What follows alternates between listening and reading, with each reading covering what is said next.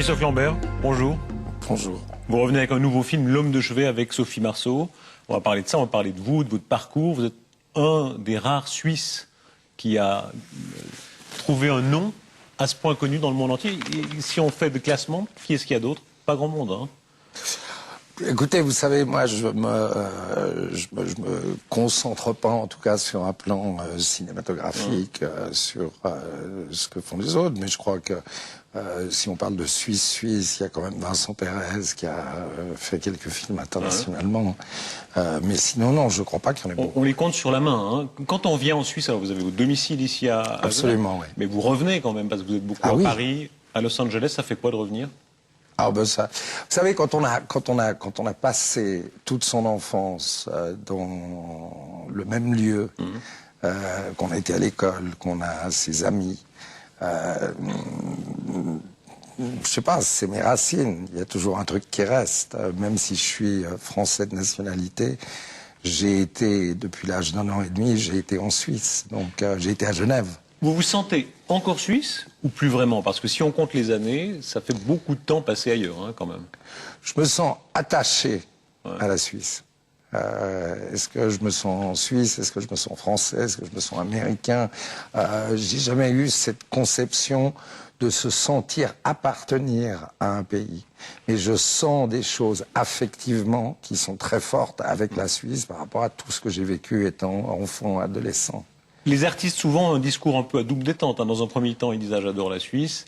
Et puis, vous citiez Vincent Pérez sur ce plateau, qui disait quand même c'était très étouffant, j'aurais pas pu faire la carrière que j'ai faite en Suisse. C'est vrai pour vous aussi, j'imagine? Oui, je pense qu'à partir du moment où... mais ça, c'est de nouveau, c'est une décision personnelle. C'est vrai que si on a envie d'être acteur en Suisse et de rester en Suisse, les choses au niveau du cinéma, même de la télévision, du théâtre, sont plus limitées. Maintenant, vous savez, on peut faire une carrière uniquement en France, et puis, mais je crois qu'on est dans un contexte aujourd'hui, depuis plusieurs années, où le cinéma est un genre international, quelle que soit la langue. Et d'ailleurs, on le voit dans les ventes à l'étranger, dans les exportations.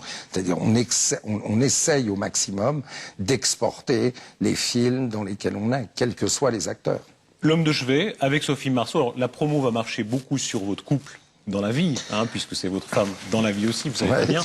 Alors ça, c'est le petit aspect commercial, mais la critique est très favorable. Elle dit bon film, touchant, histoire d'amour. Ouais, pour l'instant, ça se passe très très bien. Le film, en plus, est extrêmement bien plébiscité par le public, ce qui est formidable parce que c'est le but. Et je Vous dirais... jouez Léo, un boxeur un peu à la dérive. Hein, un boxeur complètement à la dérive, alcoolique. qui est complètement alcoolique, qui a été champion d'Europe, qui est tombé dans tous les poncifs et dans tous les pièges de la célébrité, qui a laissé tomber sa famille il y a 20 ans, et qui est, au moment où il rencontre Muriel... Sophie Marceau, qui est en fin de compte, il a deux possibilités et il a le choix de se laisser complètement aller et de terminer comme dans l'état d'alcoolisme dans lequel il est, comme n'importe quel alcoolique terminera, c'est-à-dire mort, ou de saisir une forme de chance dont il n'a pas forcément conscience au début quand il rencontre Muriel, mais il doit avoir inconsciemment quelque chose qui lui dit ça c'est ta bouée de sauvetage, ça c'est l'épaule qui va peut-être te permettre de sortir la tête hors de l'eau. Et l'histoire d'amour en elle-même par rapport à ce que représente Muriel, puisque Muriel a été une grande dame de la société colombienne, française, richissime, a eu un accident de voiture qui l'a rendue tétraplégique. Donc en fin de compte, la rencontre de ces deux êtres qui ont une dérive, moi j'ai le corps, parce que malgré tout, j'ai conservé quelque chose de physique. Et elle a la tête. Et à deux, on fait une personne. Et cette rencontre va se transformer en histoire d'amour avec tous les paramètres que ça représente, parce qu'il n'est pas question que ça soit une histoire d'amour physique. Mais c'est quelque chose, l'un et l'autre vont s'amener ce qui leur manque. C'est-à-dire, Muriel n'est pas sortie de sa chambre depuis 7 ans. Ce mec, par rapport à sa force physique, va lui dire « Mais moi, je vais vous sortir, moi, je vais vous porter, moi, je vais aller vous emmener au parc, moi, je vais vous montrer des choses que vous n'avez plus vues depuis 7 ans. » Et elle commence un peu à l'éduquer. En lui disant « Vous savez lire ?» Alors, il dit « Oui. » Il dit « Non, il dit d'ailleurs, je ne sais pas lire. » Et alors, elle lui dit « Arrêtez de vous foutre de ma gueule, parce qu'il y a des choses extrêmement drôles dans le film, il y a des choses extrêmement attachantes, touchantes, qui sont jusqu'aux larmes. » Vous en parlez avec beaucoup de passion. On a l'impression que vous retrouvez un goût du cinéma que vous avez perdu parfois. Ben, j'ai surtout essayé de retrouver, à travers des scénarios, à travers des histoires, la passion qui est le moteur essentiel à partir du moment où on fait ce métier. Je le fais quand même depuis 30 ans. Donc, je me suis bien amusé dans tous mes films d'action. Il fallait que je retrouve quelque chose qui, sur un plan humain, sur un plan de sensibilité, sur un plan affectif, me ramène une forme d'équilibre sur ce plan passionnel. C'est la première fois, c'est pas la première fois, j'imagine, que vous jouez avec quelqu'un dont vous partagez la vie. Hein. Ça a dû vous arriver plusieurs fois, je dirais, si on regarde votre filmographie. Ouais, mais pas si à ce souvent. point-là, pas si souvent, c'est Non, vrai. pas si souvent, parce que Ça allait dans l'autre sens. C'était d'abord le film et après la vie, c'est ça? c'est arrivé, Ouais. c'est arrivé, mais non. Mais dans le cas précis, c'est vrai que ça doit être assez étonnant quand c'est votre compagne maintenant depuis longtemps. Depuis 3 ans et demi, ouais. Quand on s'embrasse, quand on se touche dans un film, c'est comment? Ça ne change rien en fin de compte, parce que je ne suis pas en train de regarder Sophie, je suis en train de regarder Muriel, je ne suis pas Christophe, je suis Léo. Donc il y a une barrière complète, vraiment. Ouais, il y a une barrière complète. On est d'ailleurs, la seule chose que je pourrais dire par rapport à ça, c'est qu'on a envie de se dépasser parce qu'on a le regard de l'autre qui vous connaît beaucoup mieux. Donc qui sait si on est dans le vrai, si on est vraiment devenu Léo, ou si on utilise un peu des poncifs et des facilités que Sophie connaît de Christophe dans la vie. Donc, on essaie de faire plus, on essaie de faire mieux, on essaie de surprendre l'autre. Christophe Lambert, l'aventure d'un acteur, 25 ans hein, à peu près que ça dure, depuis Greystock. Ouais, quand j'ai commencé en 80. Vous aviez des petits rôles, disons, on les appelait comme ça. Ouais. 25 ans de vraie grande carrière. Et il y a une sorte de légende urbaine sur le début. Hein. On dit toujours, il y a eu ce casting extraordinaire de Greystock, où tous les autres essayaient de jouer à l'homme singe, et vous étiez immobile. C'est vrai, ça? Alors, non, ce qui s'est passé, c'est que dans le premier temps du casting, on nous a demandé de sauter dans une salle de 1000 mètres carrés, on était 350 et on nous a demandé de faire des bonds. Donc, moi j'ai sauté comme tout le monde pendant 2-3 minutes, puis ça durait 5, 10, 15, et puis à un moment donné, je me suis dit, moi je suis fatigué, donc je m'assieds. Donc je me suis retrouvé en fin de compte seul, assis, 1m80 avec 58 kilos, donc j'étais pas épais, des grosses lunettes, etc. Et le casting, le directeur de casting, qui était une femme qui s'appelait Patsy, à ce moment-là m'a vu, puisque j'étais le seul mec assis alors que les autres sautaient. Et elle a dit au metteur en scène Hugh Hudson, elle a dit, fais des essais avec ce mec. Hugh Hudson l'a regardé en lui disant, mais elle est folle cette fille. Le mec, il est épais comme une allumette, et là, il a des grosses lunettes. Il lui a fait confiance. C'est-à-dire, comme c'était une grande casting, il s'est dit, bon, peut-être qu'elle est en train de voir des choses que je verrai à l'écran et que je ne vois pas là dans la vie. L'étape suivante, ça a été votre fameux regard. Hein. Il y a des pages et des pages sur Internet, dans les forums, hein, sur votre regard. Comment vous regardez? Qu'est-ce qui fait que vous avez un magnétisme particulier? Quand vous regardez dans la glace le matin, vous non, vous n'êtes pas magnétisé. C'est pour ça que ça me fait rire. C'est parce que c'est quelque chose pour lequel j'ai encore une extrême timidité. C'est pour ça que je garde mes lunettes quand je fais des interviews. Non, mais enlevez vos lunettes, là. Franchement, enlevez vos lunettes. Vous avez les yeux de quelle couleur, à vrai dire? Je ne sais pas. Non, laissez les lunettes en bas qu'on voit bien. Non, c'est là. Vous n'êtes pas une jeune fille. Je vais vous dire, non, vous me faites rire. Vous me faites rire parce que j'ai loupé mon premier rôle au cinéma. J'ai fait un casting pour Pascal Thomas, qui m'a reçu dans son bureau. Je ne sais plus pour quel film c'était, mais je parle de ça, c'était en 79 ou 80.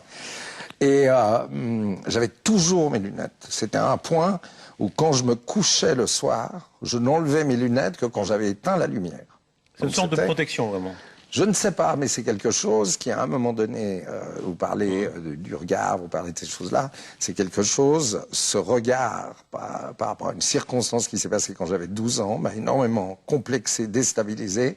Je me suis dit, quoi qu'il arrive avec tes lunettes, tu n'as pas, parce qu'il y a une fille qui m'a regardé un jour fixement dans la cour de récréation, il y avait 50 personnes. À 12 ans. À 12 ans, et qui m'a dit, en plus à un âge où on se dit, on a envie un petit peu de plaire aux filles, machin, d'essayer de... Elle m'a regardé comme ça fixement, puis elle a fait, mais t'as un strabisme. Moi j'ai fait, mais non. Et elle a dit, si, mais t'as un strabisme. Puis elle a commencé à amener. Et tout le monde a commencé à me regarder en me disant, ah ouais, j'avais jamais remarqué, t'as un strabisme. Et ça a été une panique totale. Alors après, j'allais dans les toilettes, puis j'ai mis mes lunettes. Je me suis dit, en tout cas, avec tes lunettes, t'as pas ton strabisme. Et à partir de ce moment-là, j'ai gardé mes lunettes. Donc Pascal Thomas me reçoit et il me dit, je lui parle pendant 10 minutes, un quart d'heure, puis à un moment donné, il me dit, comme vous là, enlevez vos lunettes. Et je lui fais, ah non, moi j'enlève pas mes lunettes. Il me dit, attendez, soyez pas ridicule, enlevez vos lunettes. Il dit non, je lui dis, moi je n'enlève jamais mes lunettes, je n'enlève pas mes lunettes. Repose la question une troisième fois, je lui dis non, je n'enlève pas mes lunettes et je suis parti.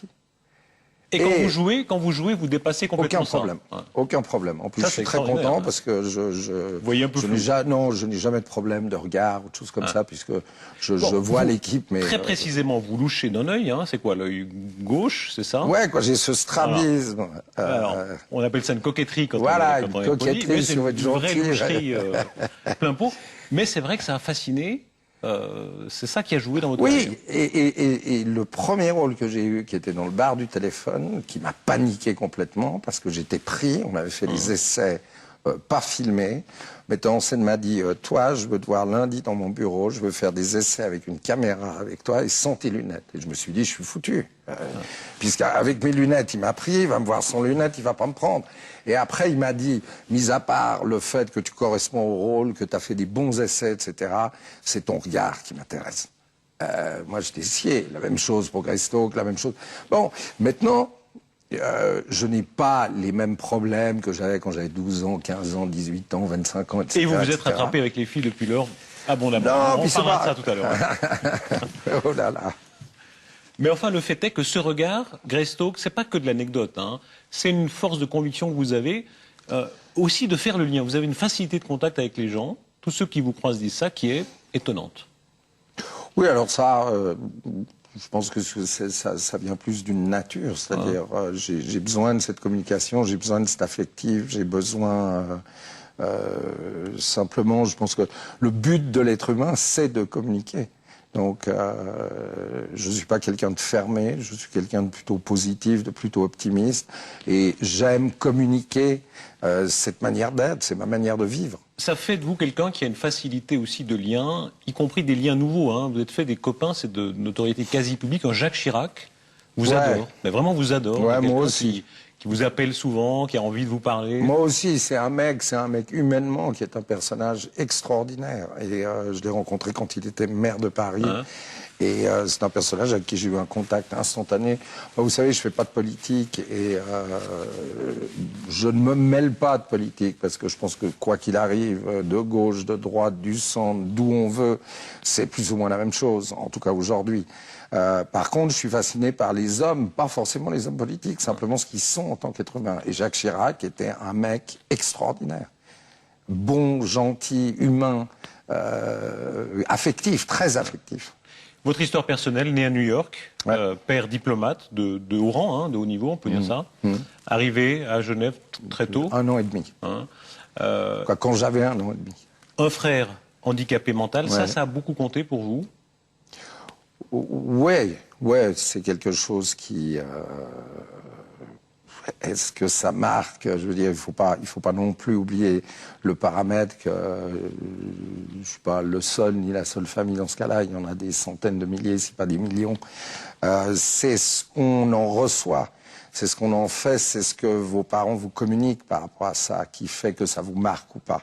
Il y a des scènes très fortes que vous racontez. Hein. Vous dites, il y a un moment où il demande pourquoi je m'appelle pas Christophe, moi Ouais. aussi, qui s'appelle Gilles. Hein. Ouais. Ça, c'est étonnant, ça. Quand... Bah, c'est surtout, ça, ce sont des choses qui sont marquantes, parce qu'en fin de compte, on comprend qu'avec un mental limité, ça veut simplement dire, si je m'appelais autrement, je serais différent.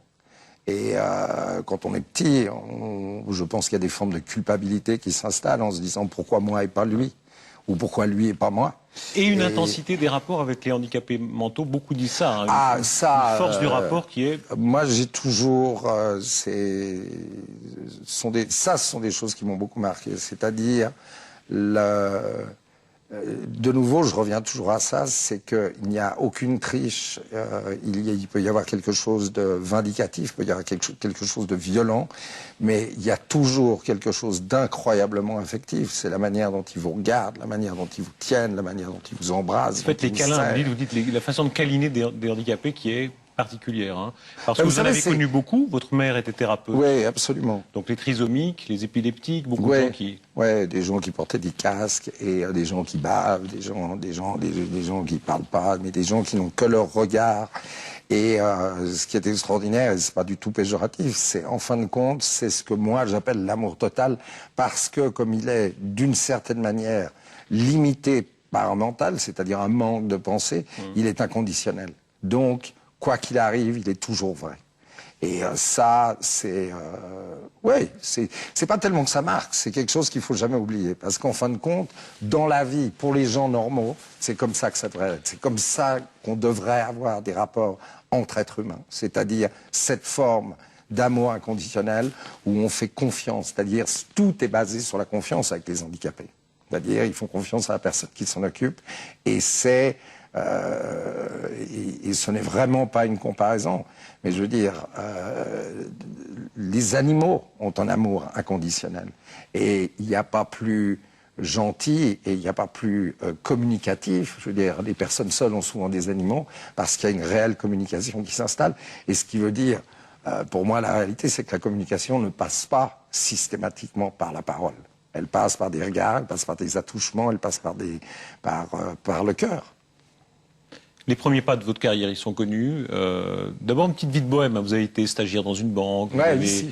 vendu des vêtements, je crois, c'était à Paris. Ouais, après, non, j'étais à Londres, dans une banque. Après, j'ai travaillé rue des Canettes, à Paris. Les petits boulots, plus ou moins. C'était la vie de bohème, ça, vraiment, avec ce que ça implique? C'était pas tellement la vie de bohème, c'était, je pense, la peur.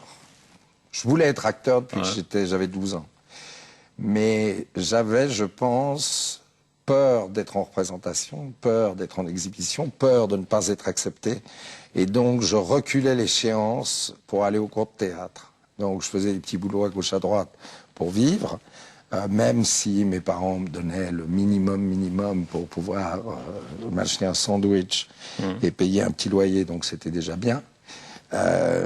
Mais je crois que c'était surtout pour reculer l'échéance. Et j'ai demandé à ma meilleure amie à l'époque, qui est toujours une amie que je vois de temps en temps, je lui ai dit, viens avec moi, je ne veux pas y aller tout seul. Et elle est venue avec moi 2-3 fois.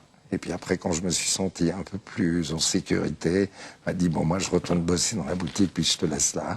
Et puis j'ai rencontré des gens, d'ailleurs, avec qui j'avais été à l'école, Jean-Pierre Malignon, Philippe Malignon, et puis, bon, tous les gens, Et le prof m'a dit, et ce qui m'a surpris, parce que tout m'a surpris, en fin de compte, au début, comme tout me surprend encore aujourd'hui par rapport à ça. Ça n'a pas été si linéaire, hein. Il y a eu pas mal d'accidents. Les années que vous avez passées ici, à Fleurimont, école connue, ouais, entre autres, ouais. avec Dominique Verluzel, qui est votre grand absolument, copain d'enfance. Absolument. Ça a été parfois agité. On dit que vous avez été renvoyé, je crois, hein, franchement renvoyé. Oui, j'étais renvoyé de plusieurs établissements. C'était à quel point? C'était arrestation, police Oui, quoi, ça a été très loin. Ouais. Ça a été très loin. Je pense que... Ça veut dire quoi, très loin? Ça veut dire très loin. Ouais. Ça veut dire très loin. Ça veut dire que, comme dit ma mère, ou comme disait la mère de Dominique à l'époque, on a dû avoir des bons anges gardiens. Parce que vous savez... Vous auriez pu basculer, vous étiez vraiment pas loin, quoi. Ça bascule tellement facilement, ça bascule C'est exactement, c'est un peu, c'est pas pour revenir au film, mais c'est un peu que ce soit les alcools et les drogues, la bascule est très facile. Là aussi vous avez tâté, là aussi vous avez tâté un peu. Oui, simplement, je suis jamais tombé, j'ai toujours eu la lucidité de me dire, fais attention, là, tu vas trop loin. Donc, c'est moi-même qui ai toujours mis un stop.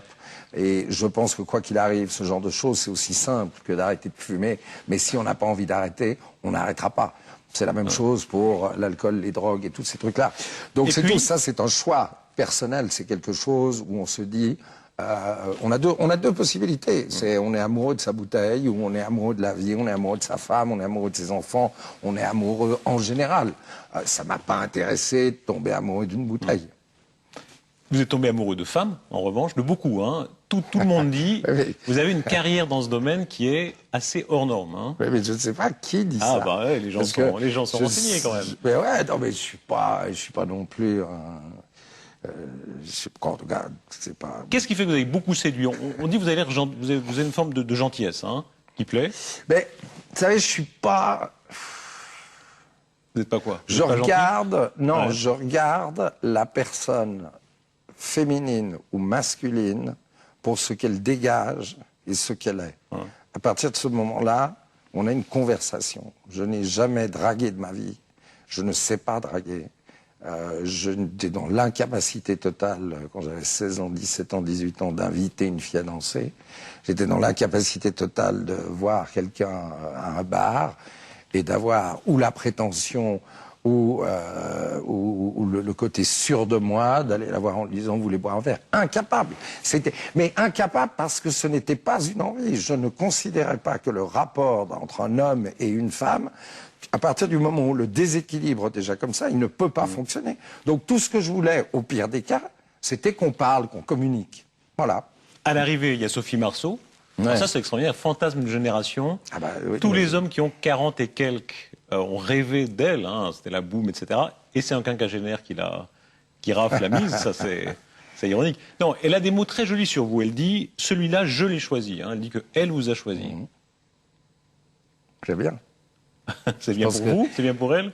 Non, je pense que c'est...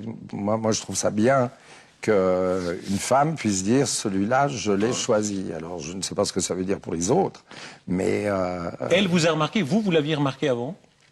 on s'était rencontrés il y a 20 ans, 22 ans, dans un dîner où il y avait beaucoup de monde. On s'était dit très gentiment bonjour, je veux dire, on est poli. Et je crois qu'on ne s'était pas parlé de la soirée, mais pas du tout, parce qu'on n'avait pas envie, mais ça ne s'est pas trouvé comme ça, au niveau du placement des tables et des choses comme ça. Vous n'étiez pas Et sous on le s'est charme. pas revus. Il y a une génération qui était sous le charme, hein, avec ses seins décrits par Souchon. Il y a des images comme ça, Ouais, quasi mais c'est- fantasmatiques, son sein au Festival de Cannes qui sort dans... Oui, mais alors ça, Vous ça aviez c'est vu un tout peu, ça. c'est un peu.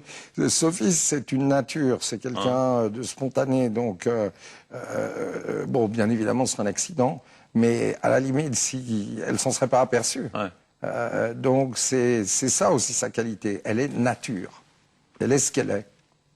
Et de nouveau, c'est pas une question que je ne l'ai pas remarqué, c'est que je ne rencontre jamais quelqu'un en me disant ah ouais, j'ai envie de la séduire. Jamais. Je me dis je suis intéressé par cette personne, j'ai envie de lui parler. Mais le côté la séduire, le côté qu'est-ce que j'aimerais être avec non, ça m'est jamais arrivé. Jamais. Aujourd'hui, vous avez cette histoire qui s'ajoute aux histoires précédentes. Hein. Diane Lane, votre première femme, ouais. votre enfant qui est, je crois, aux États-Unis. Ouais, Léonard. Ça fait de vous vraiment un nomade. Hein. Vous êtes sans arrêt dans l'avion. Je suis à ouais, passer d'un... et j'aime ça. Et tout ça coexiste bien? Ouais. Je pense je pense qu'il y a pas. Moi, je fais beaucoup d'efforts par rapport à ma fille, par rapport à Sophie. C'est-à-dire, je vais aux États-Unis toutes les 4 semaines, 5 semaines, 6 semaines. Je vais passer 10 jours là-bas. Voir ma fille, même si aujourd'hui, à 16 ans, elle a envie d'être avec ses potes, ce qui est normal. Et elle est contente de voir son père, parce qu'en fin de compte, si on dit toute la vérité, j'ai eu la chance d'avoir une ex-femme formidable qui a élevé Éléonore. Moi, je lui ai amené ce que je pouvais, mais j'ai toutes les chances, puisqu'en fin de compte, c'est moi qui l'emmène dans des vacances. Donc, en fin de compte... Vous avez tout le bon. Oui, et puis je lui explique que même dans son adolescence, qui n'est pas difficile du tout, je lui dis qu'elle a une mère extraordinaire et qu'il ne faut pas qu'elle l'oublie. Alors, le papa, il a l'air extraordinaire, mais tout ça, c'est... Je n'ai que les côtés positifs des choses, et j'ai la chance, en plus, d'avoir une ex-femme qui a fait un travail exemplaire. Vous voyagez aussi beaucoup pour le travail. Vous êtes un grand travailleur. Il y a une forme d'injustice, au fond, quand on regarde votre filmographie. On revient toujours au même film, genre Greystoke, Subway, etc., alors qu'il y en a énormément. Hein. Ouais. On est injuste avec vous de retenir Non. seulement 2-3... Non, parce que... Il y a des navets, il y a aussi des navets. Ah ouais, franchement. je suis complètement d'accord. Vous savez, moi, je revendique complètement ce que j'ai fait. Je l'ai fait en plus avec grand plaisir. Je l'ai fait toujours avec la même passion et en sachant qu'il y a des films qui seraient pas à la hauteur de certains autres. Mais Quand on ne on peut remonte- pas. C'est impossible dans une carrière. Moi, si les gens retiennent de moi à la fin de ma vie, à la fin de ma carrière, je dirais 5, 6, 7 films. Bon, c'est déjà extraordinaire. Il y a 25 ans, beaucoup vous regardaient comme une sorte de nouveau Belmondo, c'est-à-dire pas bellâtre, mais une belle gueule, côté sexy, etc. Et puis un grand acteur. Et puis par la suite, on a dit, il s'est perdu. Alors, En quoi vous êtes perdu? parce que c'est pas que je me suis perdu. Je pense qu'il y a eu un moment donné dans ma carrière où j'ai cédé à des facilités financières, j'ai cédé à des facilités de plaisir, de se dire bon, on se laisse aller comme ça pendant 5 ans, pendant 10 ans, pendant. Il vous a manqué une rage? Toujours Est-ce qu'il vous a manqué une rage de non. faire une fascination du métier? Non? Ah non, non, non, non, non. Ça, c'était quelque chose d'établi à l'âge de 12 ans. C'est que d'une manière ou d'une autre, Mais après, vous quel n'avez que jamais soit perdu ce le feu-là? métier, Vous n'avez non, pas jamais, perdu? jamais, jamais. Ça, je veux dire, quand je suis sur un plateau, c'est à fond. Simplement, il y a une chose, c'est que il faut, pour retrouver, pour avoir ce feu sacré, ce que j'ai commencé à faire depuis, je dirais, Janice et John, de Samuel Benchitrit, c'est que j'ai commencé à lire. C'est-à-dire que je me suis dit, à partir du moment où le scénario est bon, le film sera bon. À partir du moment où je suis touché. Ce qui s'est passé pour L'Homme de chevet, par exemple, est une coïncidence hallucinante, puisque le scénario a gagné le Grand Prix international du scénario à l'unanimité, parce que c'était un scénario extraordinaire. Le metteur en scène l'avait écrit au fil des années pour Sophie et moi, alors qu'on n'était pas ensemble. Et il est tombé sur un ami à moi avec qui je travaillais à ce Grand Prix international du scénario. Et sans le connaître, lui a parlé en disant, ben, en réalité, maintenant ça paraît un peu évident puisqu'ils sont ensemble, je l'ai écrit pour Christophe et Sophie. Et ce mec lui dit, bah, si tu veux, moi je leur file 2 scénarios parce que je vois Christophe demain. Il me donne 2 scénarios. Sophie, qui peut mettre du temps à lire et qui est beaucoup plus éclectique que moi, on part à New York, elle lit le scénario dans l'avion, elle ferme la dernière page, elle est en larmes, et elle me dit, c'est un des plus beaux trucs que j'ai jamais lu. Je lis le truc, on est d'accord, de toute façon, un scénario qui gagne à l'unanimité, il y a une raison, et on appelle le metteur en scène 2 jours après en lui disant, on fait le film. Et ça s'est fait, c'est L'Homme de chevet. Oui, mais quand vous dites qu'on va exploiter le couple, non, justement, on essaie d'éviter ça au maximum. C'est-à-dire, le couple, c'est Muriel et Léo, le couple dans la vie, c'est Sophie et Christophe, et on fait très peu de choses ensemble, justement, parce que on a évité dans l'histoire du film, on a évité dans le film, on est Muriel et Léo. On n'est pas Sophie et Christophe, même si on s'en cache pas du tout. Mais ce n'est pas du tout une exploitation commerciale, dans le sens où jamais, ni Sophie, ni moi, on cherche à tourner ensemble. Eh bien, on verra. Faire des choses séparément. On jugera sur pièce. Ouais, L'Homme de chevet. Merci. Ouais, j'espère que ça vous plaira. Merci, Christophe Lambert. Merci à vous.